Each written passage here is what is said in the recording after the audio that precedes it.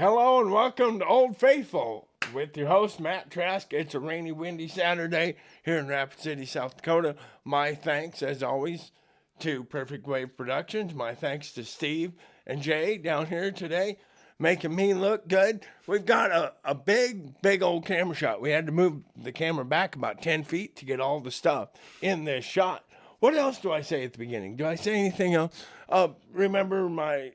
Go drink some coffee at Black Hills Blend. And, I have been forgetting to do this. Please subscribe to my YouTube channel, Matthew Trask. And when Perfect Wave gets one, a YouTube channel that is, please subscribe to their YouTube channel. And thank you very much for your support. So anyway, as I was saying, I completely forgot what I was saying. This man here, we'll just go to this man here because that's what the show is about. Moved here recently. We're going to find out more about that in a second. And he's taken Black Hills by storm. And even though he expressed reservations that was actually happening, believe me, he has. Mr. Clayton Ryan, it's great to have you on the show. It's great to be here. Well, cool space here. Just feels good. Feels at home. Two good-looking guys with hats and sunglasses. This is going to be a great show, isn't it? Some eye candy today. First things, and then I'll let you just have at it. You're often advertised as Clayton Ryan and the Singing Mountain. Are you, in fact, the Singing Mountain? Because you're a big old boy. I got the nickname from a couple friends back in the Des Moines music scene. Okay. And this was at the time I had a band before going on to a solo project. And just the name, it was so cool. I learned that this group of friends was calling me this behind my back, which is always, this is one of the better things I've been called behind my back. And when I went on a solo endeavor, I decided that if I were going to have a band, that the band would be the Singing Mountain.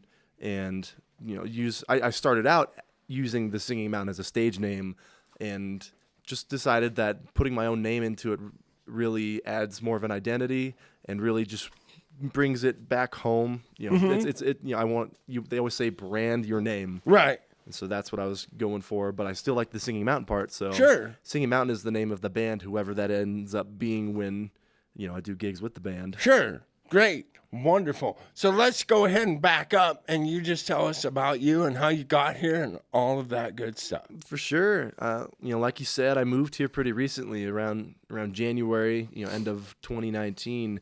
After I finished up school at the University of Northern Iowa, and I went to school for bass. So I was playing jazz and classical bass, but also playing in a rock band, playing folk music, starting my solo projects. And I've been playing guitar since I was probably 6. I just remember picking up my mom's guitar that she was learning and just plucking along on it. And I always tell the story that I started guitar out of jealousy because my sister got an electric guitar, one of those Washburn starter sets they used to sell at Target, and that made her cool. And I was so jealous and mad at her that I'd sneak into her room and learn to play it. Right. So I could be cool too. And so I always credit my sister, Caitlin, for that. Thank you, making me jealous, and I ended up liking guitar. Did you jump ahead of her in the cool contest? Yeah, definitely.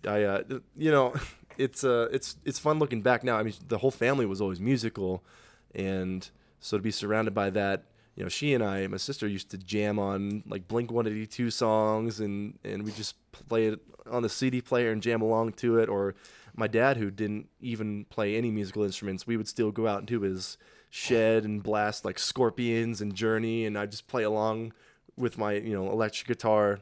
So I was always surrounded by that, and it made sense when I went off to college. Like, this is what I'm going to study, and then now I'm here in South Dakota. It makes sense just to keep going with it. We do have to stop right there, though. In the musician community, and I'm going to just go ahead and add myself to that community, we make a lot of jokes about bass guitar and bassist. How do you get a bassist off your porch? Paying for the pizza, stuff like that. You just said that you went to school for bass. Yes. Go ahead and elaborate on that right there.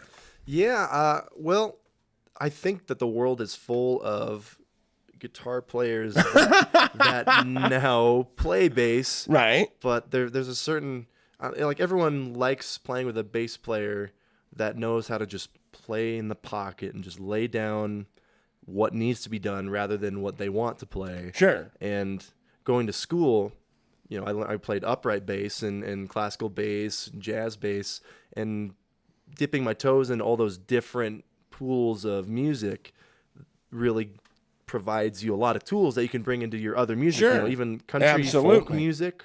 It's all based on the same 12 notes and all just laying them out differently.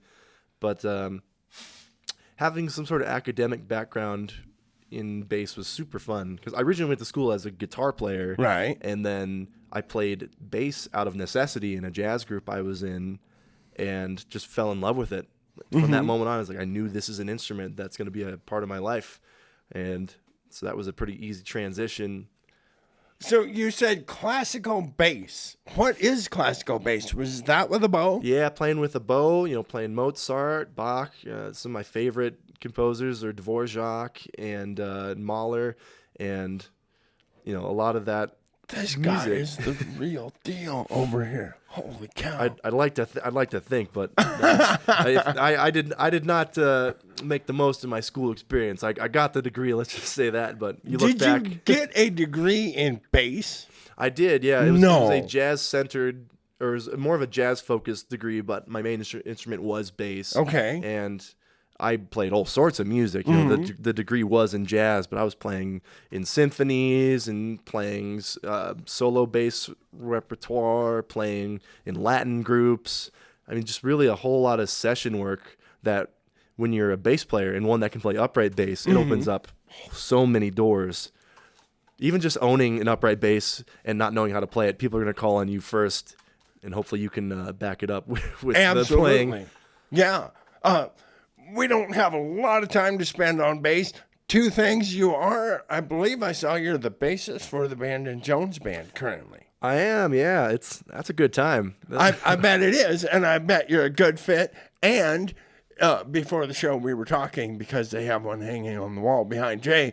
There's a PVT 40, and Mr. Ryan here began oohing and awing over the PVT 40 because you have a T45. Yeah, I'm still looking at it when I'm so often over there. So we are bonding over our fandom of PVT 40s. But we need to go on to your guitar and singing, your entertainment. For sure. Aspects. Yeah. Well, it's a strange time to be a performing musician, and it's a strange time to be anything. It's a strange time to be anything, but especially musicians. We were the first thing to go when all this hit the fan. But I've been lucky enough to be in an area where I can still be playing and performing to in a way that's it's safe enough that I'm not gonna get flack from it years from now when people look back and think who was gigging and who wasn't. And I've been super fortunate in that aspect to still be playing a few solo shows here and there in between booked Brandon Jones dates. So, yeah, it's been real fun. When I first moved here and everything got canceled, I had a couple tours lined up and all that got canceled.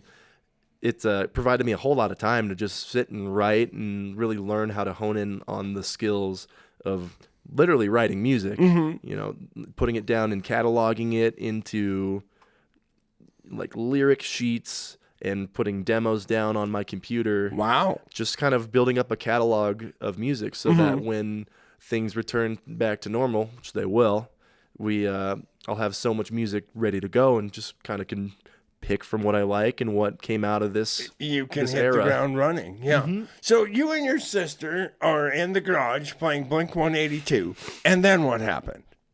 Well, I mean, she went off to college to be a writer and be a journalist, and I just kept playing guitar in high school. I was stayed in the garage. Band. Yeah. Okay. I stayed in the garage. It was more of a we were a basement band. We weren't a garage band. Okay. All right.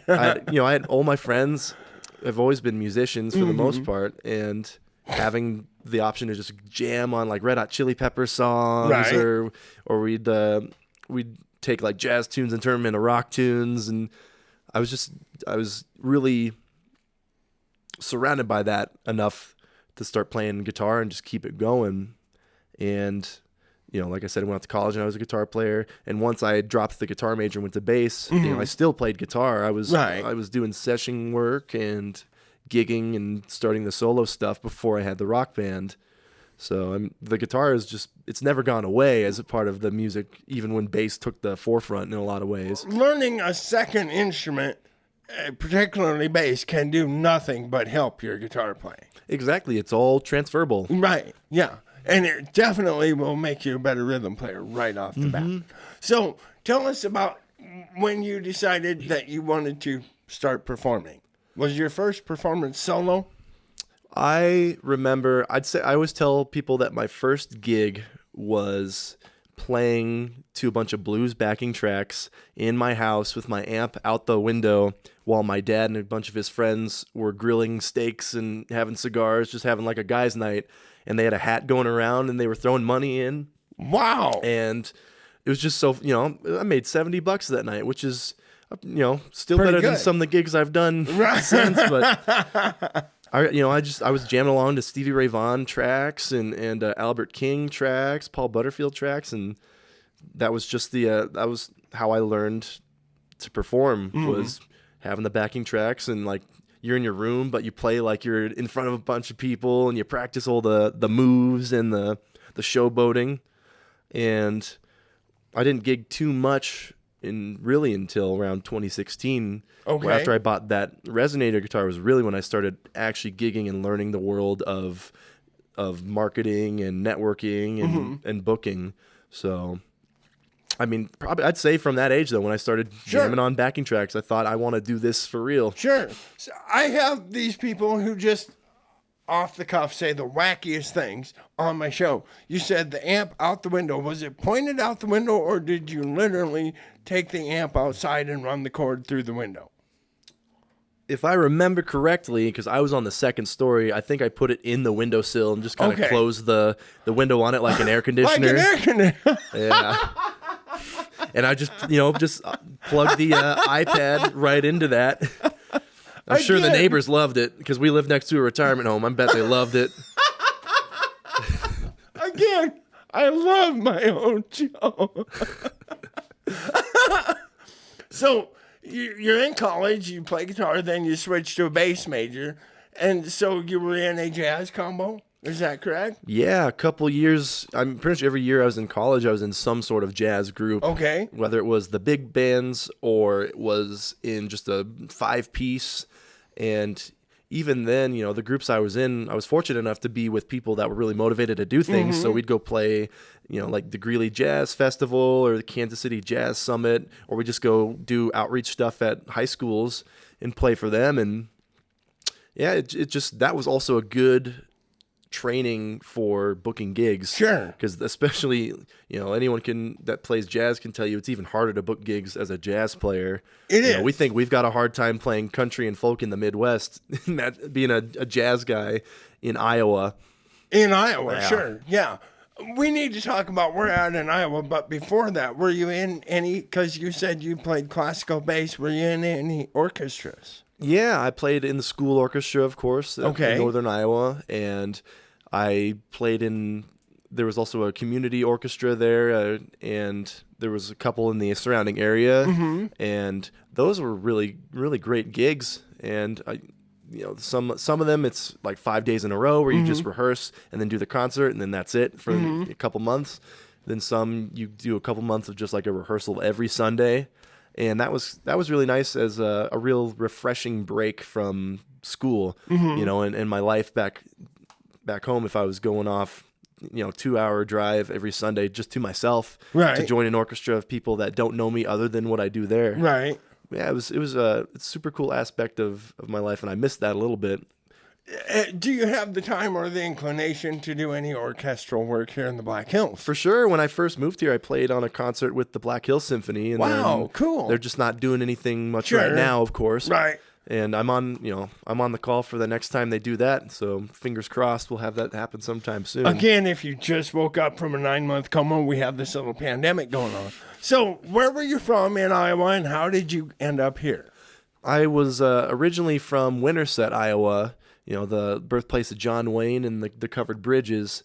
Oh. And so then I moved to Cedar Falls, Iowa, which was where University of Northern Iowa was.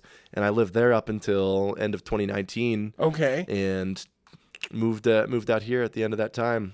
But I was so, Wintersets half an hour from Des Moines, so I was Okay. constantly, exposed to different music opportunities there and the venues there, close enough to be involved in that scene.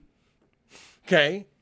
And then you packed up the wagon and headed west, apparently. Yeah, I graduated. I needed a scenery change. My dad lives out in Hill City, and it was a good time to get back okay. and like reconnect with him and Play out spend the time window. Yep. Yeah, now I don't even have to pull it out the window. I can just put it in his door to the bedroom and wake him up. Yeah, but it was a good time to get out into a place where I could hike more, because I'm a huge outdoor fan and outdoorsman, and as much as Iowa has some awesome opportunities to hike, it's nothing like it is out here. Right. And I go out my back door in Hill City, and it's just national forest. Right. And so it was definitely time for a good change in scenery and a good change in the pace. most rugged feature in Iowa, if I recall, is the Les Hills, which are somewhat unimpressive. Yeah, they're impressive when you're in Iowa. I should say that. I tell my friends that with the Les Hills are.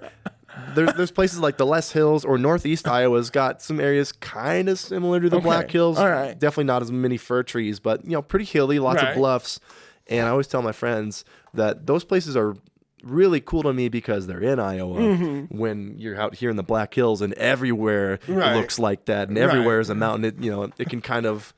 I shouldn't say lose the neatness, but when you're in Iowa and you're used to just flat, when you find an area like that in Iowa, it's also super neat. Sure. Yeah. So, I completely derailed myself with that. Do you do anything besides perform? I mean, yeah, I got a daytime job, just slinging beers at Minor Brewing Company. Oh, hey. Just gotta do that plug right there. Absolutely, we need to do that. But yeah, it's good work. I love everyone there is really music fans, and it's all good music. And I used to do an annual Christmas show there every year. I'd come out for my college break and do a show there. And now I work there. Like I said, I'm a huge outdoorsman. I like hiking. Right. I try and do 2 hikes a week. And now that I started a trend of posting a video every Wednesday of me hiking, it kind of keeps that necessity to go hiking. Really. That was what I was going to talk about, and we will get to your social media information at the end so they follow you. But he does do almost every Wednesday, Wilderness Wednesday, on Instagram, and it's a lot of fun to watch. While you're at it, remind us where the Minor Brewing Company is. Yeah, it's in Hill City, right next to Prairie Berry Winery, along that strip of breweries and wineries there. Brewery, winery, it's for a certain demographic. Yeah. Sure. My kind of people. We probably need to start talking about guitars. Which one do you want to talk about first? Well, let's just go right to left, or I guess left to right for people watching at home. Sure. All right. Perfect. You said to bring my first guitar, and this one, my actual first guitar, is sitting at home with no strings on it. It's my mom's guitar. Okay. It's just a starter Fender. Like they had the pack to start playing guitar. It's one of those, and that's the one I just started plinking around on. And I had a few, Squire, like a Squire Strat, and a Les Paul Junior, the Epiphone version. So really, I wouldn't consider them serious guitars. Right. And this was the first one I bought that was a serious guitar. And back in, I want to say it was 2009 or 10, when Guitar Center was doing an annual blues competition. And I went and did that in Des Moines at the Guitar Center there, and didn't get anywhere with it, but it was a fun experience. Right. I think that was like my first moment of anxiety or performance anxiety was doing a competition for the blues. But I saw this guitar in the shop there, and I just ended up buying it, and thinking, this is an investment that I'm going to go forward with this and actually become a musician and a performer. So I got this Gretsch, and it's just been, I almost sold it once, and I'm really glad I didn't. You did not tell the story I was desperately hoping you would tell, that you did a blues competition at Guitar Center on a Gretsch Electromatic. Oh, that was the story we were going for. I wish. No, I did it on on just a Epiphone Les Paul special. That's what it was. Just the cardboard and plastic Les Paul. That's like $100, and you got yourself a guitar. So, have you performed with this guitar? plenty of times when I was in the rock band, this one ended up being my main workhorse. Okay. And it was always the jazz guitar go-to when I was in high school. Sure. And when I was playing guitar in college, this was the main one. Very versatile guitars, the Gretches. They really are. It's electromatic. I would assume it's made in Korea. That it is. Which Korea makes fine guitars anymore. Nothing wrong with a Korean-made guitar. It's got a Bigsby, and possibly my favorite part, it's walnut stain guitar. Mm-hmm. I love walnut stain guitars. Very Chet Atkins looking. For sure, yeah. And it feels good because it's a big guitar. Right. And I have a Strat that I like playing, and you can just beat the hell out of a Strat. Right. And but it's still so small. Right. But this is a big old box that Sure. just even from a physical standpoint just looks like it fits Right. when I'm playing it. And so that's why I like using it in the rock band. Clayton Ryan with a Strat, he's like, where's my guitar? Yeah, Oh, just there it is. Sitting there playing the world's right. smallest guitar. Looks like a ukulele. Yeah. So are we ready to move on to this next one? I'm super excited. I'm sure about people that. have been eyeing that one since it started because it definitely gets all the looks.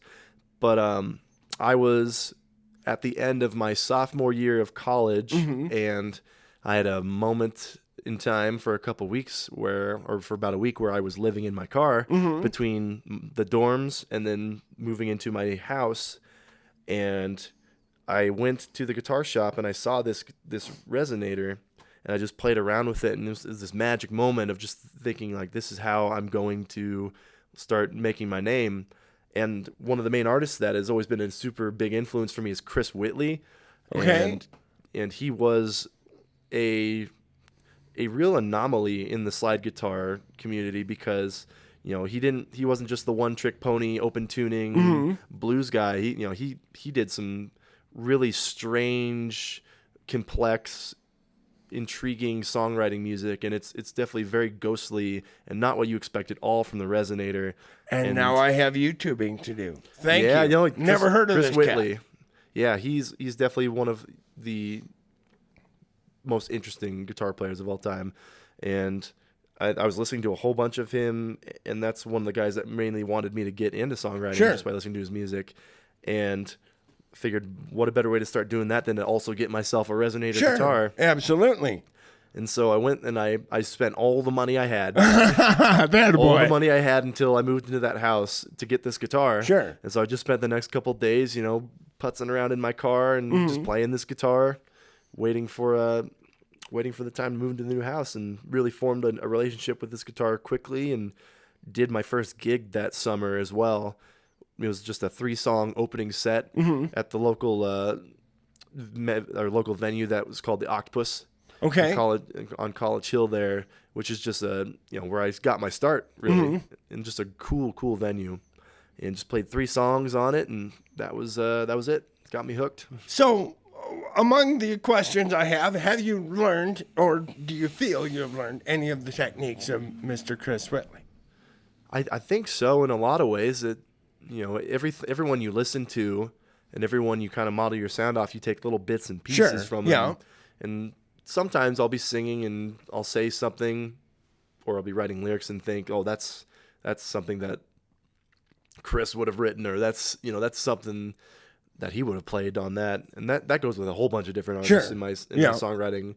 I've had it happen a few times too, where I write a song and then kind of go back and listen to that artist and realize I kind of just copied their song, which can happen. You emulate what you like. At this point, it's almost impossible to write a completely original song. For sure. I have to nerd out for a second and pretend to be the expert. The story of the guitar since about 1920 has been trying desperately to increase the volume when they started having these kind of Dixieland jazz bands in the clubs, and these uppity horn sections were walking all over the guitar. And so they began building bigger and bigger guitars, and they finally decided that a 17-inch lower bout was about as big as they could do. And this was the next evolution in the projection of sound. This is called a resonator, and this one in particular is all aluminum. It's copper. Oh, it's a copper-bodied resonator. Yeah, it's copper-bodied, and it has 3 resonator cones, the tricone, in that little triangle panel there. And I believe they're tin. And I mean, you pull them out, and they feel like pie tins. Right. You know, They really do. And tricones are way cooler. And anytime you say tricone, you're cooler than the dobro player. Yeah. We just need to establish that right away. But under this fancy cover are literally, like you said, 3 cones that project the sound out like a fart in a toilet bowl, so to speak. Exactly. That's right. Eloquently put. This beautiful instrument is like a fart. I love it. Yeah. And so you do play this with a slide and fingers. Occasionally, yeah. You know, so right now, just with my, I'm figuring out how I like tuning this guitar. Sure. And right now, it is in, as I was telling you earlier before we started, I tune it in the standard way of a guitar, you know, in just fourths, but it's dropped down to a D flat. Okay. So it really gives it this really broad, industrial, vast sound by dropping it down there. Sure. And yeah, it just really depends when I'm playing slide on it. I mainly play slide when I'm doing lead stuff with it or recording with it, just because in my style, I don't play too much slide just yet. Right. I haven't really sat down and had too much time recently with this guitar. Sure. And with your strumming hand, do we use a pick or fingers on this guitar? You know, it just really depends on the song. Okay, we use both. All right. Yeah, if I'm either using a pick or just my fingers. I have not gotten a hold of finger picks yet. They feel weird. They feel foreign, like I'm not using my hands to play. I'm gonna do it again. Playing with a finger pick is like making out with braces. It's just awful. More or making out with masks on, which, you know, it's that time. It's that time in our history. Definitely less enjoyable than without masks, in my experience. You beat me again. Awesome. Thank you, sir. We better talk about this Taylor over here, which might not be in the shop. That's okay. I'll hand it to him. Oh, for sure. Go ahead and tell us about this Taylor. Yeah, this Taylor was the result of selling a Fender Twin Reverb. And like I said, I had the Rock Band, and I had that amp, which was just way bigger than anyone ever needs for anything, really. And I agree. I do have to agree. I blame a lot of my current back issues on the short time I had that amp. But I also blame my tinnitus on a Twin Reverb. Oh, yeah. Standing behind one of those when it's going off. Yeah. But yeah, I sold that amp and decided if I was going to start over as a solo artist, I needed a really good, reliable acoustic guitar. Absolutely. And Taylor had just introduced the Pacifica series, and I love dreadnought style bodies. Sure. And you know, if they had a jumbo version of this, would have got that. But this was the next best thing. Sure. And yeah, no, and I just really honed in a craft with this guitar. Right. It's on all of my recordings. This is the workhorse. Oh, wow. This is the one that one day I want to just be worn from me playing it a whole bunch. Absolutely. And so I'm working on that. Yes. It's a labor of love. But yeah, this is the workhorse right now behind everything I do. Very cool. I was remarking before the show that I've been fascinated by how many Dreadnought Taylors I've had on the show, because Taylor is mostly known for their concert body guitar, but a lot of people in this area seem to gravitate toward the Dreadnought Taylor. That is another handsome example, a spruce top with a tobacco sunburst and a rosewood back and sides. Is that what we got going on? Yeah, I think when I look in the pictures, somehow in certain lighting, it's actually a red, like a bright red sunburst somehow, and just depending on how you're looking at it, you know, it's super. It's like a chameleon. This guitar changes colors, and I love it. Whoever was running the paint gun was on fire that day. Yeah, they nailed it. They should send this one back and tell them, hey, do it this way every time. Do them all that way. Yes. I follow this new guy on Instagram who just does videos of himself painting Fender custom shop guitars. Oh, cool. I could watch it all day. I'll tell you about it after the show. Anyway, what else do we need to talk about? Well, whatever you want to talk about. Do you so you currently, and we brought this on as a point of interest, and we're hopefully going to play it. But so that is your main horse these days. Do you run through a DI box? Yeah, mainly just run through a DI on this one. If I can mic it too at the same time, I try and do both just because I like the blend of sounds. But you know, the built-in pickup on these Taylors is really good, and you know, for a factory pickup, and I'm really pleased with how it sounds. And most of the gigs that you do around here, you're really either plugged into a house system, like at the Custer Beacon or the Loud American, or you're using a small PA system, and it sounds great in both of them, which makes it very versatile and very, like, you know, it's easy to just show up to a place and you can just plug in and just do your thing and not have to worry too much about, you know, the A plus B equals C, and that's how I like rolling. Cool. And it's a very easy maintaining guitar. It's held up to the elements and stuff. Absolutely. With some care, presumably. Yeah, absolutely. And this guitar, I've never had tuning issues with it. You know, the body hasn't warped or cracked or anything, even going from a humid, you know, moist Iowa to the dry Black Hills. South Dakota, yeah. Yeah, we're, you know, going from 98% humidity at 85 degree in the morning to it being 50 degrees at night and dry. And this thing is held up. The weather was probably harder on you than that Taylor. It's been incredibly hard on me. I was playing at the Tinderbox a couple of weeks ago, and it was like playing at home, you know, humid and warm. And that it was almost worse on my voice to go back to that because I'm used to the dry. Sure. Almost, I hope. Right. Or does it just stay like this forever? Because I don't know how people up here. Well, here's the other thing. If you're going to be a musician, you kind of have to, success equals singing in all sorts of climates. And maybe singing in the Bahamas tomorrow or at the equator. I mean, that's the dream. So you just have to put your helmet on and do the best you can. Yep. Yeah, and it's all about knowing your limits too, you know. There's a lot of people that'll just go all the way how they normally do it in any sort of environment. And sometimes you just kind of got to take a step back and settle it down and you know, learn that this thing is what makes you money. Sure. And I don't care what anyone says, like drinking a bunch of whiskey at the gig doesn't make you sound better. No. Like physically speaking, that's just not how it works. No. And maybe there are some people that it's been lucky enough for them to, you know, that years of that has done something to their voice that's good for it. Right. But, you know, I don't buy into that at all. And I try and take real good care of my voice, you know, regular humidity, tea with honey and lemon, stuff like that, you know, because it's no different than keeping your gear in shape, you know, changing strings. All very excellent the same thing. tips. Wow. What gauge of strings do you use on that guitar? I like to use these heavy Martin strings, and I can't remember what the name of the model is, but it's the white package. It's got just the big old blue label on it. Okay. And because I've tried different sets of strings, even Taylor strings on it, and just the Martin strings are nice and taut, and you can get a lot out of them. Sure. You play heavy strings. We mentioned before that you're a fairly large man. Do you find that when you start performing, you get a little excited and your hands get a little more aggressive than they would be at home? I think really the bigger issue is with the voice. I get way more excited at a gig, and sometimes, you know, that's if you're playing a 2 to 3 hour set, you can get pretty fatigued pretty quickly. But with the guitar, really, it's just the guitar is like the anchor to everything, and the voice can just go and do whatever it's feeling like doing that night, depending on the energy level.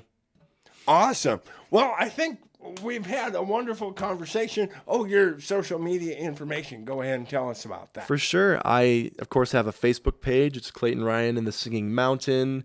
Instagram, it's just at Clayton Ryan Singing Mountain. I do have a TikTok, too. I know we were talking about that earlier. TikTok is, if you know how to limit yourself and not get addicted, it's fun and it's a great tool. And that's where I post a lot of my just 40-second videos in the wilderness, just little guitar stuff here and there. I've been doing like impressions lately, as in, you know, just started doing it this week, but I've always been doing videos of that. And, you know, just small stuff like that just surprisingly can get you a lot of views. And if you know how to direct people from that to your Spotify, which I also use, it's a good tool. Bandcamp is the preferred one if you're going to listen to the music, though, because you can pay what you want for my music. All right. Even if it's $1, that's more than Spotify's given me in months. So on Bandcamp, what's your TikTok handle? At Clayton Ryan Singing Mountain. Okay. All right. And that would be the same for Instagram? Yes. Okay. All right. I have reason to believe that I am on TikTok, but I don't have my own TikTok thing. And I don't I'm a cowboy. I'm not supposed to be on TikTok. Well, see, and that's what I thought too. Like, Right. I'm a 75-year-old in a 25-year-old body. Right. Like, this is all. I can't be on TikTok. Yeah, this is all garbage. You This had is to get all over just, it, huh? Yeah, and my partner, she really got me into it, and like I was super skeptical and hesitant, and it's great now that I'm into it. It's one of those things. It's no different than learning how to drink the right amount of coffee. You know, if you drink too much coffee, you're gonna get jittery and you're gonna get headaches and you're gonna hate it. If you spend too much time on TikTok, Instagram, Spotify, even, you're gonna get headaches. We finally found something I disagree with him on. There is no such thing as too much coffee. Well, I mean, But that's go fair. ahead, keep believing that, buddy. To each their own. I'll agree to disagree. We better wrap it up here. Remember my sponsorship with Trask Hay LLC, large round and square bale, 515-0858. Mr. Chris Whitley, who I'd never heard of before today, says change your strings.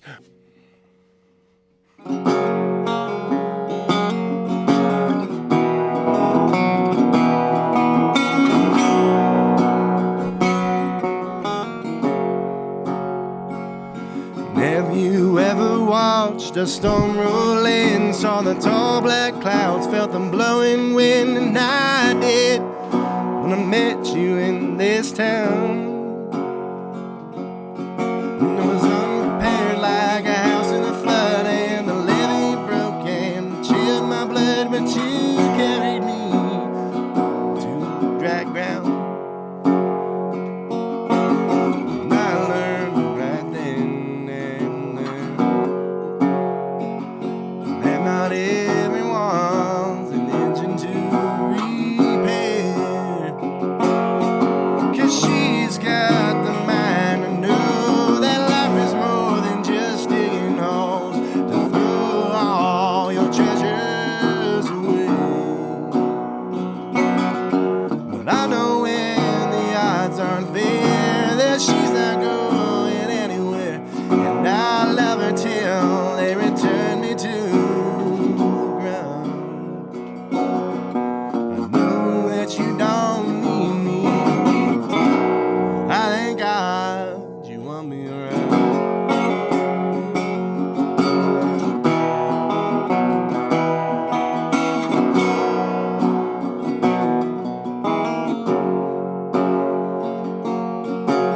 Didn't know what I was fighting for. I always felt the world owed me more than I'd earned, till you snapped me out of that dream. Maybe it was luck or some design that some wonderful woman stole this heart of mine before the line broke and drifted downstream. I'm a foolish young soul, bound to keep overflowing his bowl. But she's got the mind to know that life is more than just digging holes to throw all your treasures away. But I know when the odds aren't fair that she's not going anywhere, and I love her till they return me to the ground. I know that you don't need me because she's got the heart of stone that shakes some life in these jaded bones and blame me from a long and dreary sleep. You can take me to a city of gold, but next to her it looks so dull. The greatest treasure I've ever found. Well, I know that you don't need me. I thank God you want me around. Woo! Thank you. Did you write that? Yeah, that's I one love I. that song. It's a brand new one I just wrote about my partner, Oh. my lady friend Hannah. Hannah, right? Yeah, and so I I. forgot to mention hers. Yeah, she. I need to get her singing with me on some songs really? because we had that one that I released back in September that she was singing on. People loved it. Oh. She just doesn't like doing it in public. Right. We'll have her turn around like Jim Morrison. Yeah, right? Yeah, exactly. Don't even look at the crowd. Right.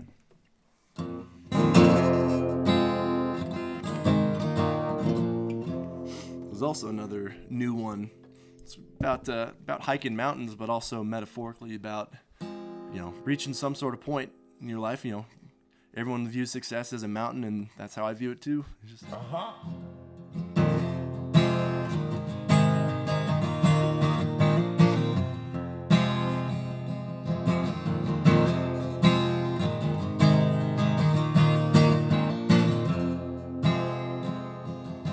You ever seen past 50 miles with your feet planted on the ground? Well, I hear that there's a place just south of this town. I wanna stand among the clouds, drink it in like a spring-fed fountain. When the sunlight, it's about 5:45, I'm headed toward the Great Stone Mountain. Headed toward the Great Stone Mountain. Even if you're by yourself, you'll never walk alone. It reaches towards the hollow, and a giant calls it home. At the top there's a temple with the Lord's trumpet sounding. When the sunlight, it's about 5:45, I'm headed toward the Great Stone Mountain. Headed toward the Great Stone Mountain.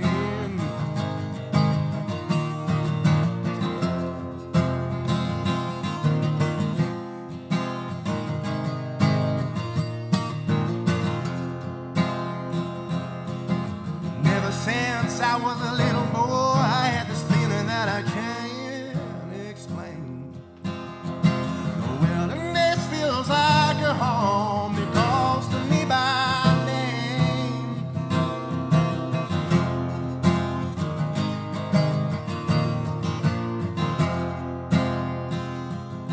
When the sunlight, it's about 5:45, I'm headed toward the Great Stone Mountain. Headed toward the Great Stone Mountain. Even if you're by yourself, you'll never walk alone. It reaches towards the hollow, and a giant calls it home. At the top is a temple with the Lord's trumpet sounding. When the sunlight, it's about 5:45, I'm headed toward the Great Stone Mountain. Headed toward the Great Stone Mountain.